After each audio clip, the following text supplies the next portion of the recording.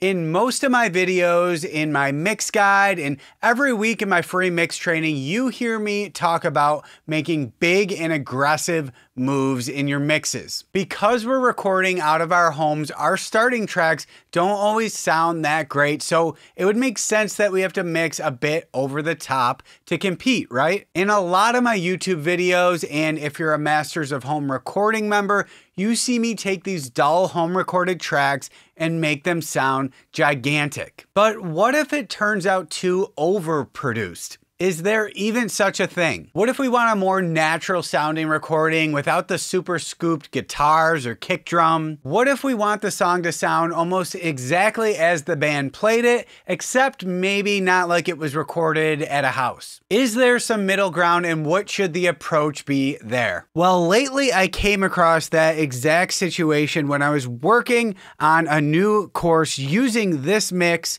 which was recorded here in my studio. And if we listen, we could hear it's not my normal big rock production. Wrap me up in clouds with you, and I'll be fine. Close your eyes and remember that it's alright. And as I was mixing this song, I decided to take a very minimalist approach. And if we look at these tracks, we can see that there's barely any plugins on these tracks compared to my typical mixes. And I'm talking like on some instruments, no EQ at all. Now, I will walk you through a bit of what I did here, as well as show you the difference between the rough and the final.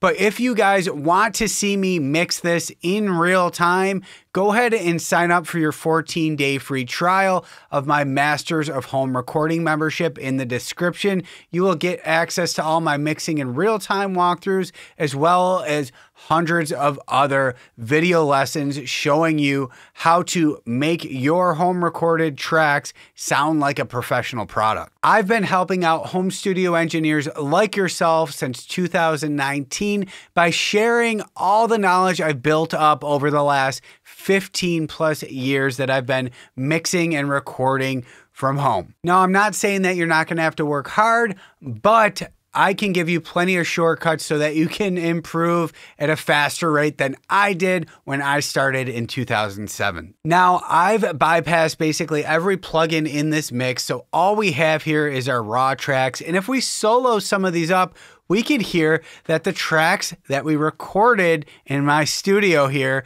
actually don't sound too bad.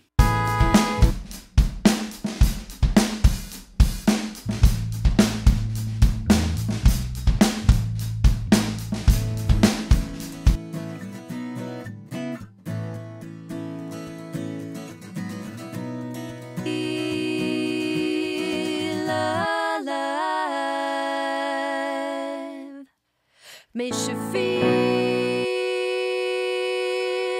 alive.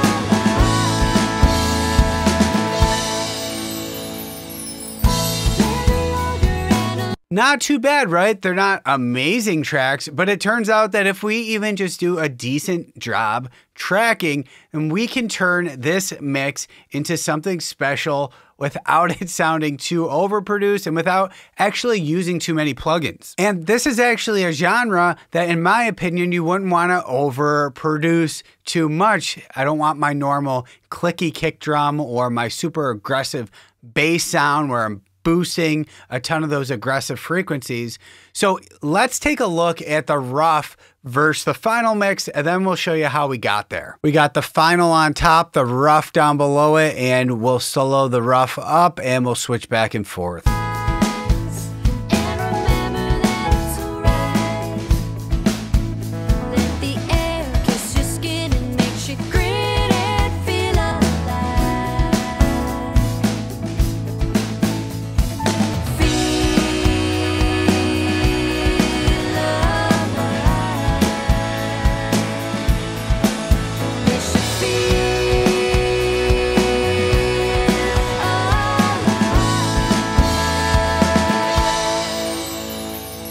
Now, in my opinion, this minimalist process starts with a really good rough balance. You want to get all the faders up where they should be, or at least around where they should be. So you can start asking yourself, what does this mix need? If we start by just soloing a kick drum, then we're going to start making tweaks that maybe we don't even need to make. But if we listen to the mix as a whole, we might find out we don't even need to touch the kick drum, which is basically what we did here. Now, for me, this process starts on the mix bus here, down here, my master bus. We can see we have a lot of plugins on there. This mix was really shaped by a lot of these plugins. And let me just show you what happens if I just turn a couple of them off. So we'll play the mix here.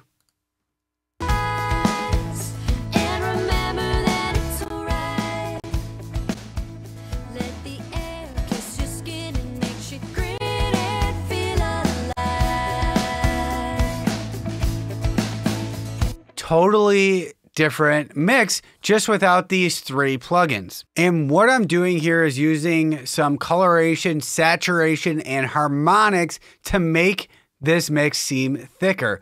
We have the virtual mix bus here. We move to the Black Box HG2, another saturation plugin. Even the clipper at the very end adds harmonic distortion. And we can even use these tools on the individual tracks themselves to avoid using things like EQ or compression. Here we have our kick drum soloed up.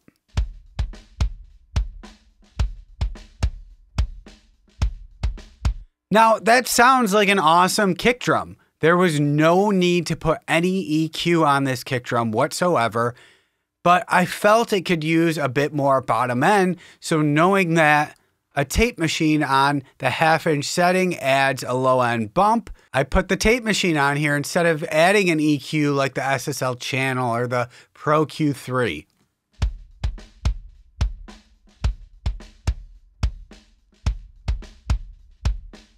And that is all the power that kick drum needs. In fact, in terms of all the drums, I left things completely natural. If we listen to the snare, we still have a ton of hi-hat bleed.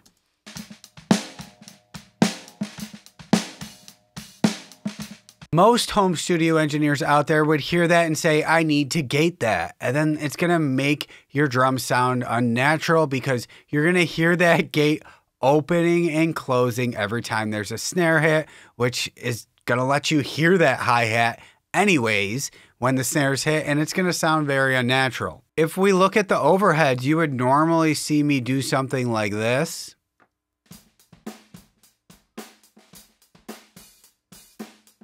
And roll off all that low end. Maybe take out some of the snare and turn it into basically cymbal mics. But in this case, I thought these overheads don't actually sound that bad in the mix. So I didn't touch them at all. All I did was once again throw on the tape machine because this thing sort of acts like a compressor and it kind of glues everything together. And with the guitars, barely any work was put into them, right? This is the acoustic that we recorded.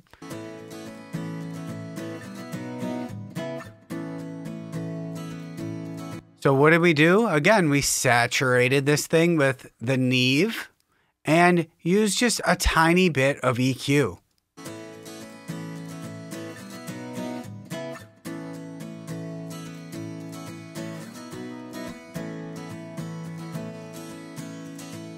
Brightened it up ever so gently, and I see people compressing acoustic guitars like crazy. No need to do that. Let's see how much we're compressing here.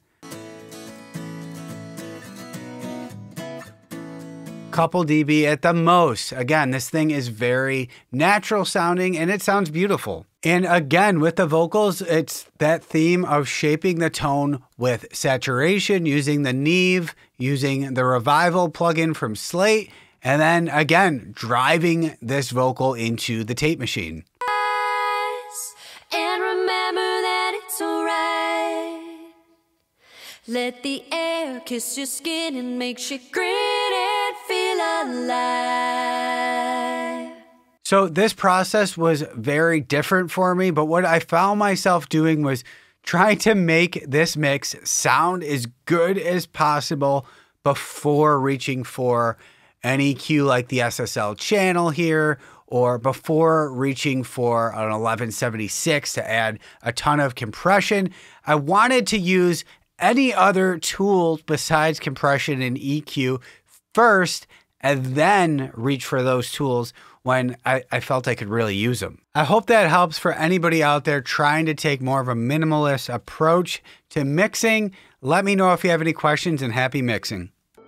Hey guys, if you like this video, make sure and go grab a copy of my home studio mix guide with your go-to EQ and compression settings for all your tracks. And also go ahead and register for my online mix training that I hold a couple times a week so that you can learn how to turn your home recorded tracks into a professional product.